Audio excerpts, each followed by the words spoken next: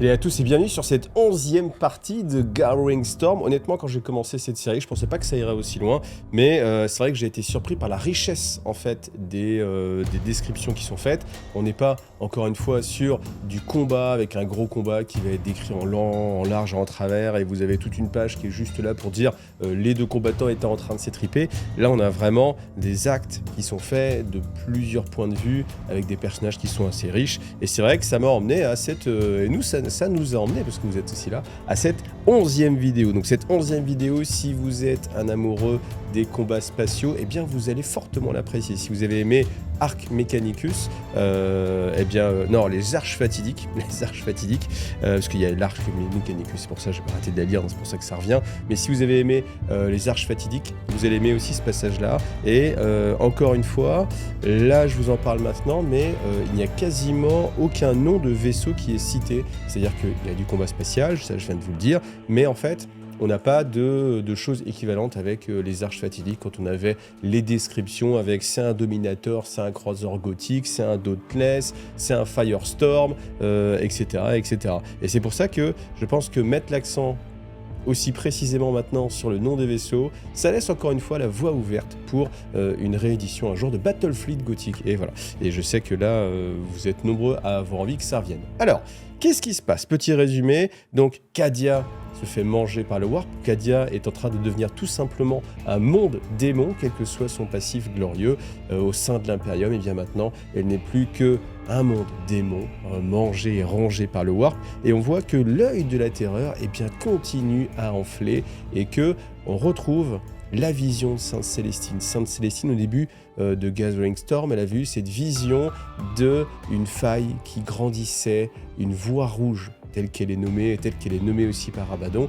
Eh bien, son rêve est en train de se matérialiser, son cauchemar plutôt, parce que au fur et à mesure, eh bien, tout devient beaucoup plus compliqué. Alors, on a quelques petits passages où justement c'est des petits blocs de texte qui se passent à d'autres endroits de la galaxie, et on a des perturbations des champs de protection warp, les navigateurs qui se retrouvent incapables en fait de naviguer dans le warp, de trouver des voies stables, les voyages warp qui se retrouvent interdits par l'Inquisition. Donc beaucoup de problèmes qui sont les problèmes que on connaît maintenant quand on est en V10 ou même, même juste après avec la V8, mais là encore on est sur le début, c'est-à-dire qu'ils n'ont pas encore pris la pleine mesure de ce qui va arriver, de ce qui est en train de se passer. Vous peut-être sans doute vous le savez déjà, mais en tout cas là c'est sympa parce qu'on va vraiment le revivre. Alors on a ces vaisseaux, on a 26 vaisseaux si je dis pas de bêtises qui réussissent à évacuer Cadia. Alors pour une fois, on a des chiffres, et ça c'est assez intéressant. Donc on avait 850 millions d'habitants sur Cadia, au moment où la Croisade Noire est arrivée. Donc c'est bien parce qu'on a plus souvent des valeurs comme ça, donc on peut se représenter de ce que ça fait. Et puis on a 3 millions qui ont réussi à évacuer dans ces 26 vaisseaux. C'est-à-dire que les vaisseaux sont très grands. Dans le monde de Warhammer 40 000, les vaisseaux sont très très grands. Donc ce qui se passe, c'est qu'on a Phalanx qui va être encore le porte-flambeau parce que c'est le vaisseau le plus apte à repousser le chaos. Donc Phalanx se met à avancer. Derrière, qui ferme la colonne, en fait, ce convoi, on va appeler ça comme ça, eh bien, sont les forces du Mechanicus. Pourquoi? Parce que, étant arrivés assez tard dans l'orbite de Cadia, eh bien, leurs vaisseaux n'ont pas eu à combattre. Il n'y a que, rappelez-vous, quand Belisarius Cawl se battait contre les orques, mais c'était en surface. Donc, les forces terrestres sont bien abîmées, bien amochées, surtout avec ce qui vient de se passer. Par contre, les forces en orbite sont relativement intactes, et ce sont même, je dirais, dans les vaisseaux les plus intacts qu'il y a en orbite autour de Cadia. Et au milieu, eh bien, vous allez trouver tout ce qui est épave, tout ce qui est vaisseau civil. Il n'y en a pas beaucoup, Donc on arrive à un total de 26, je ne sais même pas combien il y en avait dans la flotte de Cawl, mais si on imagine qu'il y avait peut-être au moins 8-10 vaisseaux, ça fait plus que 16, Phalanx 15, allez, ça fait une quinzaine de vaisseaux sur une planète entière. On est loin de ce qu'on pouvait imaginer comme étant une migration de masse de plein de vaisseaux. En tout cas, eh bien, ce qu'il faut noter aussi, c'est que les personnages principaux sont tous quasiment dans l'Iron Revenant, donc c'est-à-dire l'Arc Mechanicum, le vaisseau amiral de Belisarius Cawl. On a Belisarius Cawl, on a les Black Templars, on a Katharina Greyfax, et puis on a des sœurs de bataille avec Sainte Célestine aussi, qui se sont retrouvées évacuées dans ce vaisseau-là. Et c'est bien sûr Belisarius Cawl qui lead ce vaisseau. Alors, qu'est-ce qui se passe? Eh bien, les vaisseaux ne peuvent pas voyager dans le Warp. Pourquoi? Parce que, eh bien, ils ressentent en fait les remous en fait de l'Immaterium, et tous les navigateurs précisent qu'il n'y a aucun intérêt à voyager dans le Warp parce que c'est une mort certaine, et à quoi bon évacuer si c'est pour plonger dans la gueule des dieux du chaos directement. Donc simplement ils utilisent leur moteur à plasma pour une navigation conventionnelle, et ils vont aller aux limites du système pour s'éloigner le plus possible de l'œil de la terreur. Alors on a quelques vaisseaux de la flotte noire qui se décident malgré tout à les poursuivre, mais ce n'est pas le cas d'Abaddon. Abaddon va rester à contempler en fait Cadia parce qu'il savoure tout simplement sa victoire, parce que ça fait des milliers d'années, 10 000 ans, qu'il a cette vengeance en tête, et enfin aujourd'hui, la voie rouge s'ouvre devant lui, c'est comme ça qu'il la nomme. Je me rappelais pas que c'est pas quelque chose qu'on a de nouveau de décrit, mais voilà, c'est de la voie rouge, ça c'est assez important. Et il se pose la question, il se dit, que va-t-il se passer? Est-ce que cette voie-là va m'emmener directement sur Terra pour tuer l'empereur, ou est-ce que, eh bien, elle va détruire tout simplement la galaxie avant que j'ai pu accomplir ma vengeance? Et il se dit qu'au final, l'un comme l'autre, eh bien, c'est pas si mal, et c'est quelque chose d'acceptable. Et donc, du coup, il est très satisfait de ça. Donc, il regarde, bien sûr, l'ordre de Cadia et ce monde démon qui est en train de se transformer, avec les influences, bien sûr, du Warp. Et on a Zaraphiston qui vient le voir et qui dit « Mais monseigneur, pourquoi vous ne poursuivez pas en fait tout simplement les restes de l'Imperium ?» Et puis tout simplement Abaddon lui dit « Ça ne sert à rien en fait, tout simplement, ils vont colporter la peur, colporter leur échec, et au final c'est plutôt quelque chose de positif, et laissons-les aux chiens de la flotte noire, donc c'est-à-dire tous les capitaines un peu corsaires, ceux qui ont envie de piller, de récupérer des choses, des esclaves, du matériel, et il ne va pas chercher beaucoup plus loin. » Par contre, on a Zaraphiston qui continue et qui insiste et qui dit « Mais monseigneur, vous ne semblez pas savoir ce que contient la relique qui est contenue au sein de cette flotte. » Et Abaddon le regarde, il dit simplement « Il n'y a plus rien dans Phalanx, Phalanx ne m'intéresse pas. » Et on a Zaraphiston qui, avec son troisième œil, parce que c'est un seigneur de Tzeentch, fait « Mais monseigneur, je ne parlais pas de l'Arche Mechanicus. Enfin, je ne parlais pas de Phalanx, mais je parlais justement de l'Arche Mechanicus. » Et Abaddon s'énerve, le regarde et lui dit « Dis-moi ce que tu as vu. » Et en fait, il lui dit simplement un nom. Il n'est pas cité, mais c'est un nom qu'il n'avait pas entendu depuis des millénaires. Et alors qu'il y réfléchit, il se dit que tout est possible dans ce monde. Tout est possible, depuis la trahison d'Horus, au final, tout est possible. Et il claque la table se fend en deux, et il ordonne directement à tous ses plus puissants vaisseaux de partir à la poursuite de l'Iron Revenant. Alors, en ce qui concerne la fuite, justement, vers les bordures extérieures du système, eh bien, on a les corsaires qui viennent de temps en temps essayer d'attaquer les vaisseaux du Mechanicum. Donc, eh bien, ils se font tous détruire, étant donné que le Mechanicum est encore dans sa pleine puissance. Malgré tout, eh bien, ça va affaiblir les vaisseaux. Et au fur et à mesure des combats, eh bien, on va utiliser des munitions, on va prendre des dommages, et c'est ce qui affaiblit, qui va user, en fait, cette flotte. Rappelez-vous, on n'a que 26 vaisseaux, donc c'est, malgré tout, chaque perte eh bien, va se sentir assez durement. Autre chose, c'est qu'au fur et à mesure, eh bien, les vaisseaux sont poussés dans leur dernier retranchement. La plupart de ceux qui ont évacué n'étaient pas forcément au meilleur de leur forme, et en fait, on va avoir des défaillances. Au fur et à mesure que les moteurs à plasma eh bien, donnent de leur mieux pour s'éloigner justement des agresseurs de la flotte noire, pour s'éloigner de l'œil de la terreur qui est en train d'enfler dans l'univers matériel, eh bien, il va y avoir des problèmes. On a aussi, par exemple, un agri-cargo, le Pride of Saint Séréphos, qui connaît une avarie justement sur un de ses moteurs, et eh bien, voyant ce qui se passe, simplement, Thor Garadon dit simplement il faut abandonner ce vaisseau, on va simplement utiliser on va attendre juste les quelques navettes de récupération qui viennent de cet agri-cargo, mais nous sommes obligés de laisser ces milliers de pauvres âmes à leur sort, parce que si on attend, eh bien ça va nous coûter encore plus cher. Et en fait, il y a deux capitaines, celui de l'Emperor Race et du Dominus Victor, qui en fait, eh bien, bafouent les ordres de Phalanx, parce qu'ils ne reconnaissent pas cet ordre comme juste, et ils se disent nous devons, c'est notre honneur, nous devons sauver le plus d'êtres humains possible, et ils vont bien aller porter secours à l'agri-cargo. Et malheureusement, eh bien, cela va leur coûter la vie, parce qu'un des vaisseaux est détruit sans même tirer le moindre coup. Donc c'est un coup qui est encore plus fort, et le deuxième réussit à peine à s'échapper pour être finalement détruit encore une fois.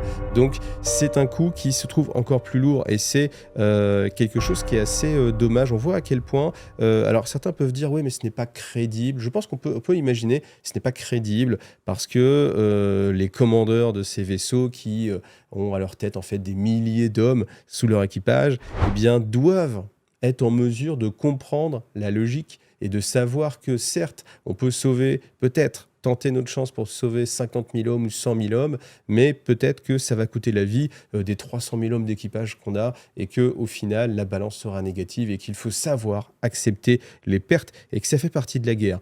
Mais peut-être je viens apporter un peu de balance en fait à cette critique, et je pense qu'au final, ayant perdu Cadia, qui était quand même un symbole de l'Imperium, devant la croisade noire d'Abaddon, eh bien peut-être que on est au-delà de leur seuil de tolérance ou de capacité militaire, et que même les plus grands stratèges, et on l'a vu, hein, parce que Ursakar Creed, quand il était sur Cadia, lui-même, il a perdu espoir, hein.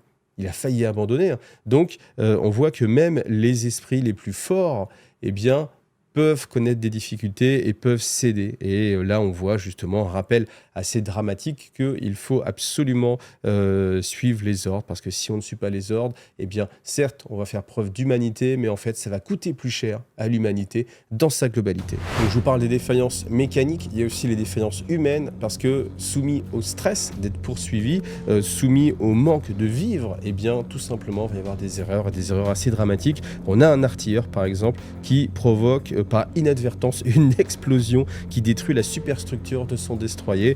Donc voilà, on a d'autres vaisseaux comme ça qui sont perdus au fur et à mesure, et cette flotte qui était constituée de 26 vaisseaux, et bien à un moment ne se retrouve plus que constituée que de 16 vaisseaux. Donc on sent que l'attrition a été très forte, hein, et ils arrivent en fait à une zone où eh bien le warp se calme un petit peu. Étonnamment, en fait, ils arrivent à retrouver des capacités de communication astropathique, ce genre de choses. Alors peut-être que ils sont, je ne sais pas, suffisamment loin, ou voilà, que sais-je, peut-être qu'ils ont passé forcément le point de Mendeleev, etc.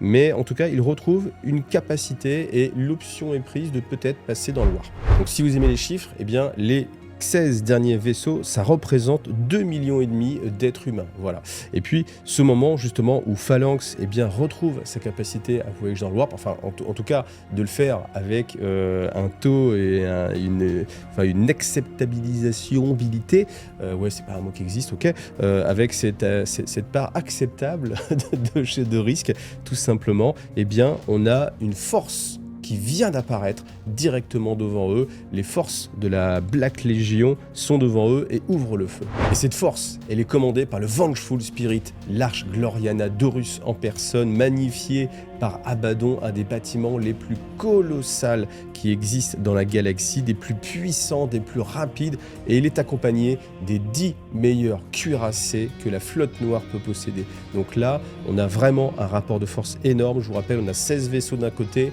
et on a 11 vaisseaux de l'autre, avec chaque vaisseau qui est bien plus puissant, parce qu'on va se retrouver avec des vaisseaux de commerce, peut-être des vaisseaux de transport, et le vaisseau le plus puissant, c'est Phalanx, certes, mais il est bien amoché, et le Vengeful Spirit, lui, arrive avec la pleine puissance de ses moteurs.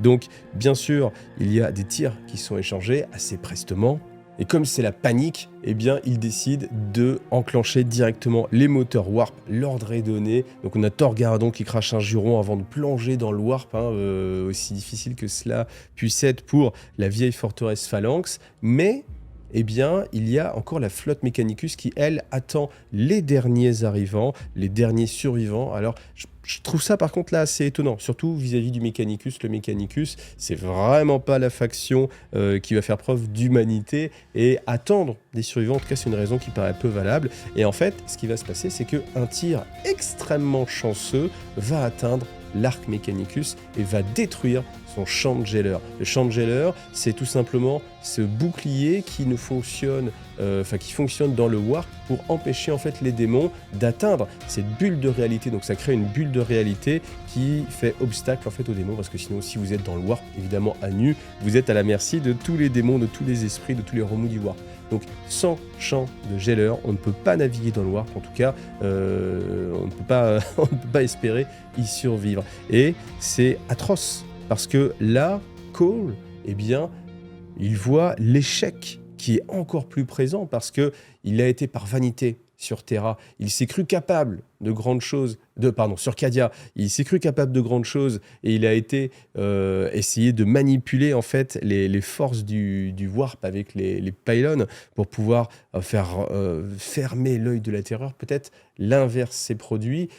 Il s'en juge responsable, mais honnêtement, moi je serais lui. De toute façon, c'était inéluctable. Abaddon avait prévu de détruire Cadia, donc peu importe, même s'il n'avait pas fait joujou avec les forces des pylons, ça n'aurait strictement rien changé.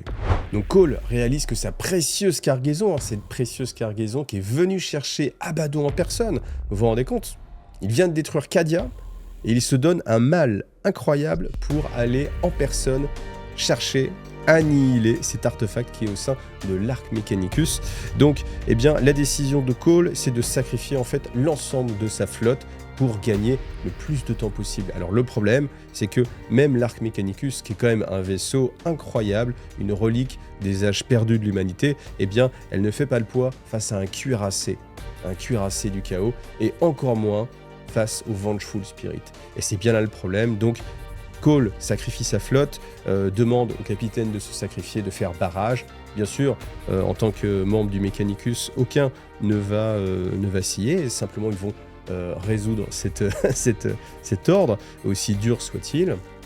Peu importe, ils vont faire leur devoir. Et Belisarius, avec l'arc Mechanicus, va partir de côté et essayer d'aller sur une trajectoire un peu différente, et essayer d'aller vers une des planètes qui est à portée en fait de moteurs conventionnels, les moteurs plasma, pour voyager dans l'espace réel, puisqu'on ne peut pas risquer de voyager dans le Warp. Et en fait, son plan, c'est d'atteindre en fait cette zone-là, et puis d'essayer de se cacher peut-être en orbite, de l'autre côté de la planète, de faire le jeu du chat à la souris, peut-être, on imagine, et en tout cas peut-être essayer aussi de récupérer sa faculté à voyager dans le Warp avant que le Vengeful Spirit ait réussi à le rattraper.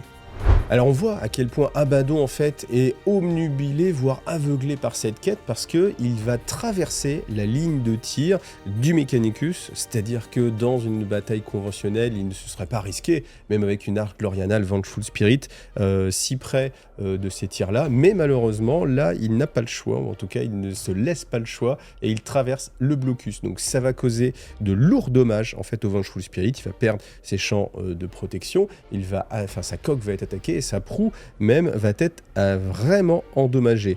Et eh bien lui continue en fait cette quête de l'arc Mechanicus pour essayer de la rattraper, à tel point qu'il ne va même pas utiliser son armement de proue, ses torpilles, ses canons, pour ne pas ralentir en fait, parce que vous voyez, forcément, si vous voulez aller dans un sens et que vous tirez dans l'autre sens dans l'espace, forcément les énergies top vont s'annuler un petit peu et ça va vous faire ralentir. Donc Abaddon, son but, c'est d'aller capturer l'arc Mechanicus, pas simplement de la détruire, mais il veut la capturer pour détruire lui-même cette fameuse relique. Donc on voit à quel point c'est important à ses yeux, et il ne va même pas utiliser ses armes de proue. Donc, eh bien, alors qu'il rattrape au fur et à mesure l'Iron Revenant, Belisarius Cole continue à calculer les probabilités, et en fait, malgré ses multiples calculs, malgré l'optimisation, malgré le fait qu'il pousse, eh bien, son arc Mechanicus dans ses derniers retranchements, donc on a beaucoup de voyants d'alarme qui s'allument, hein. Vous imaginez, on a toujours vu ces scènes dans tous les films de science-fiction, on a dépassé, le moteur est à 120% de sa capacité, on a dépassé la zone critique, et en fait ça tient quand même, il y a des petits jets de vapeur un peu partout, du plasma incandescent, mais en fait l'arc Mechanicum tient bon encore, et à un moment, eh bien, Abaddon va prendre une trajectoire un peu courbe, étant donné que le vent Spirit est plus rapide, et en fait le but c'est tout simplement de pouvoir se trouver en mode latéral, tac tac tac, vu que je sors pas les vaisseaux spatiaux cette fois-ci. D'ailleurs si ça m'intéresse, je vous refais un petit peu de pub, je vous avais fait une vidéo sur le combat spatial qu'il y avait eu dans Arc Mechanicum, donc si ça vous intéresse le combat spatial, j'ai représenté avec des figurines de Battlefield Gothic, mais pas que, parce qu'il fallait vraiment beaucoup de vaisseaux, donc je vous remets le lien vers cette vidéo si ça vous intéresse, c'était assez novateur, et puis ça a vraiment bien plu, hein. J'étais parti dans un petit délire, simplement pour ressortir un peu les vaisseaux, et au final, il y a eu un accueil qui est vraiment très très bon de votre part, donc si vous n'avez pas vu cette vidéo, je pense qu'elle va vous plaire. Donc, on a Abaddon qui essaie de venir se porter en latéral, en fait, vous voyez, hop, ça tourne comme ça un petit peu, tac tac, pour essayer justement d'utiliser ses bordées pour attaquer les flancs de l'arc Mechanicum. L'arc Mechanicum, eh bien, va résister, n'a pas d'autre choix de toute façon, mais elle va encaisser, parce que c'est quand même un vaisseau colossal, un vaisseau avec un bladage extrêmement épais, hein. On ne parle pas de juste un petit croiseur ou ce genre de choses. L'arc Mechanicum, c'est vraiment quelque chose de très puissant, donc elle va réussir à encaisser suffisamment pour permettre à Belisarius Cawl de se retrouver en orbite autour d'une planète. Alors avant de savoir comment ça se termine, petit passage à nouveau qui est vraiment très sympathique où on se retrouve bien sur la passerelle de commandement de l'Iron Revenant et on a justement Greyfax, Sainte Célestine, le Sénéchal Black Templar et Belisarius Cawl, ils sont en train de disserter sur quelle est la meilleure chose à faire et en fait Greyfax, en lisant dans l'esprit de Belisarius, elle sait qu'il a une mission capitale et que c'est ce qui le guide dans ses actions. Il ne cherche pas à sauver sa vie, il cherche à sauver cette relique et c'est une mission tellement capitale que, il y a tellement d'émotions dessus qu'elle est incapable de déterminer exactement ce dont il s'agit. Bon, après, vous avez compris que le but c'est de faire du suspense le plus possible sur l'artefact incroyable de Belisarius Cawl. Donc, on a Belisarius Cawl qui essaie de s'échapper mais il ne voit pas vraiment comment faire et en fait, Sainte Célestine dit de toute façon c'est notre destin, on ne peut pas échapper à ce qui se passe. Et elle dit, vous voyez, plus on lutte, plus le destin se renforce en fait. Donc vous rencontrez votre destin par les chemins que vous prenez pour l'éviter et c'est exactement ce qu'ils sont en train de vivre. Et bien sûr, voyant que Sainte Célestine a cette approche, forcément Greyfax, elle va être force d'opposition. Elle dit, mais de toute façon, en tant que fausse sainte, on ne peut pas écoutez ce que vous êtes en train de dire, je ne peux pas vous écouter, il faut absolument continuer. Et le Sénéchal, Black Templar, lui, surveille bien sûr aussi Sainte Célestine, mais il a une foi, il sait que Greyfax sait que les Black Templars sont parmi les Space Marines les seuls qui éprouvent cette foi envers l'empereur. Et du coup, cette sainte vivante, Greyfax a peur que le Sénéchal Black Templar, soit tout simplement omnubilé par Sainte Célestine et suive aveuglément les ordres de Sainte Célestine. Alors que elle, à l'inverse, elle sait qu'en tant qu'inquisitrice, elle n'a pas le pouvoir escompté sur Belisarius Cawl parce que Belisarius Cawl est plus vieux que la création de l'Inquisition. L'Inquisition a été créée après l'hérésie d'Horus et tout simplement, Belisarius Cawl existait déjà. Donc forcément, c'est un peu dur d'arriver avec sa petite rosette inquisitoriale et de dire hey, « tu dois m'obéir » alors que Belisarius Cawl parlait déjà avec l'empereur quand l'Inquisition a été créée. Donc malgré tout, Belisarius Cawl, qui est un esprit logique, qui ne s'embarrasse pas de la foi, dit simplement « nécessité fait loi, toutes les solutions doivent être envisagées ». Donc écoutons ce qu'a proposé tout simplement Sainte Célestine. Et Greyfax proteste évidemment en disant « mais non, mais c'est une hérétique, au bûcher !» Et en fait, Belisarius Cawl se retourne vers elle et lui dit « mais en fait, comment on peut vous faire confiance alors que vous-même, vous êtes infesté de nanomachines Xenos ?» Et là, Greyfax qui a cette sueur froide et Belisarius Cawl dit « oui, j'ai eu le temps de vous analyser et je sais que on voit très facilement que vous êtes couvert de nanomachines Necron, donc il guide en fait peut-être vos pensées, peut-être vos actions, donc c'est vers vous qu'on devrait se méfier, c'est de vous dont on doit se méfier et je ne peux pas vous accorder le crédit que vous méritez, même en tant qu'inquisitrice. » Donc bien sûr, Greyfax se défend en disant « mais non, mais je suis incorruptible, je suis au-delà de tout soupçon » et Belisarius Cawl dit « On verra cela. En tout cas, si nous survivons suffisamment longtemps, eh bien peut-être que je pourrais, enfin, il lui assure même, il lui dit sûrement que je pourrais très facilement vous débarrasser de ces nanotechnologies. Maintenant, il faut écouter ce que Sainte Célestine a à proposer. Et Sainte Célestine, elle propose tout simplement d'atterrir sur la lune de Clécius, parce que elle dit, c'est là que la volonté de l'empereur nous guide, et je sens que la suite de notre croisade va se passer à cet endroit. Et forcément, donc on a le sénéchal qui lui veut absolument que Sainte Célestine réussisse sa mission et va se proposer pour rester sur l'Iron Revenant, parce qu'on voit qu'au fur et à mesure, eh bien, la flotte noire a envie d'aborder. Donc simplement, on détruit les champs de force, et puis on voit que les torpilles d'abordage sont prêtes à être lancées, et qu'Abaddon va venir peut-être se téléporter aussi, encore une fois, et régler les choses en personne. Donc le sénéchal se propose, et en fait, là, Greyfax intervient et elle a quand même le pouvoir inquisitorial sur l'espèce marine des Black Templars, et lui va obéir, elle l'oblige en fait à rester avec elle. Pourquoi ? Tout simplement parce qu'elle veut avoir des gens qui lui obéissent en fait. Elle a perdu beaucoup de son pouvoir, elle a perdu aussi beaucoup de sa crédibilité, et une seule personne de pouvoir, enfin, ou qui a encore un peu de pouvoir, c'est le sénéchal Black Templar avec ses forces de Black Templar, et elle se dit, il faut que je m'en fasse un allié, et il faut absolument qu'il reste avec moi, ça ne sert à rien, qu'il donne sa vie. Et le sénéchal, eh bien, va accepter. Donc on va avoir cette force assez hétéroclite qui va essayer justement d'arriver sur le sol de Clécius.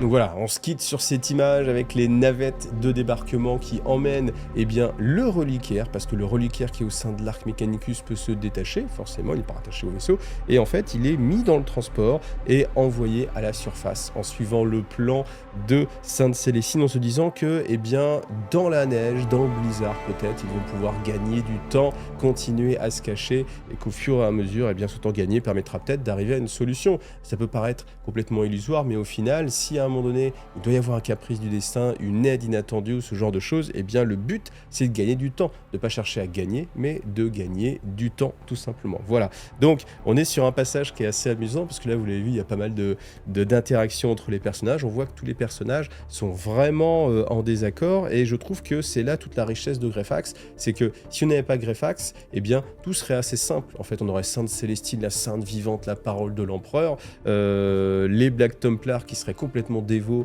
pour Sainte Célestine, on a Belisarius Cawl qui serait dans sa propre logique, et puis il n'y aurait pas de fluctuation ou de force, de friction, en fait c'est le mot que je cherchais, de friction entre les individus. Et là, Greyfax, elle arrive avec beaucoup de piquant, parce que bien sûr, elle est ouvertement contre Sainte Célestine. Les Black Templars la regardent aussi un petit peu de travers maintenant qu'ils savent qu'elle a en elle des nanomachines. Belisarius Cawl ne lui fait pas confiance, mais malgré tout, il voit qu'elle veut quand même malgré tout bien faire, et ce triumvirat, justement, fait que la mayonnaise prend bien, la sauce prend bien, et que c'est plaisant, en fait, de lire ces choses-là. Et je crois même me dire, en vous le disant là maintenant, que jusqu'à présent, on n'avait pas eu ce type d'anti-héros, en fait, vraiment implémenté. Après, oui, on peut penser à comment il s'appelle, allez, je vous le mets en commentaire, je suis sûr que vous allez me le mettre en commentaire. Le pire allez, on y va, je le dis pas, le pire anti-héros qu'on peut avoir dans Warhammer 40 000, allez-y, faites-vous plaisir, ça pourra même faire l'objet d'une vidéo, tiens, tellement c'est sexy. En tout cas, voilà, on s'arrête là. La prochaine vidéo, on va voir si c'était une bonne idée ou pas d'aller sur le sol de cette planète-là. En tout cas, merci à vous de m'accompagner, merci à vous de regarder ces vidéos. N'hésitez pas à la partager, à la commenter, à la liker. Si vous voulez me suivre sur Tipeee, comme ça vous les avez sans publicité, en avance, et là pour le coup vous les avez vraiment en avance parce que j'ai pris de l'avance, je suis content. Et puis vous avez aussi la version podcast à écouter tranquillement où vous voulez, en conduisant, dans le métro ou peu importe. Voilà, en tout cas merci beaucoup à vous et à bientôt. Allez, salut à tous.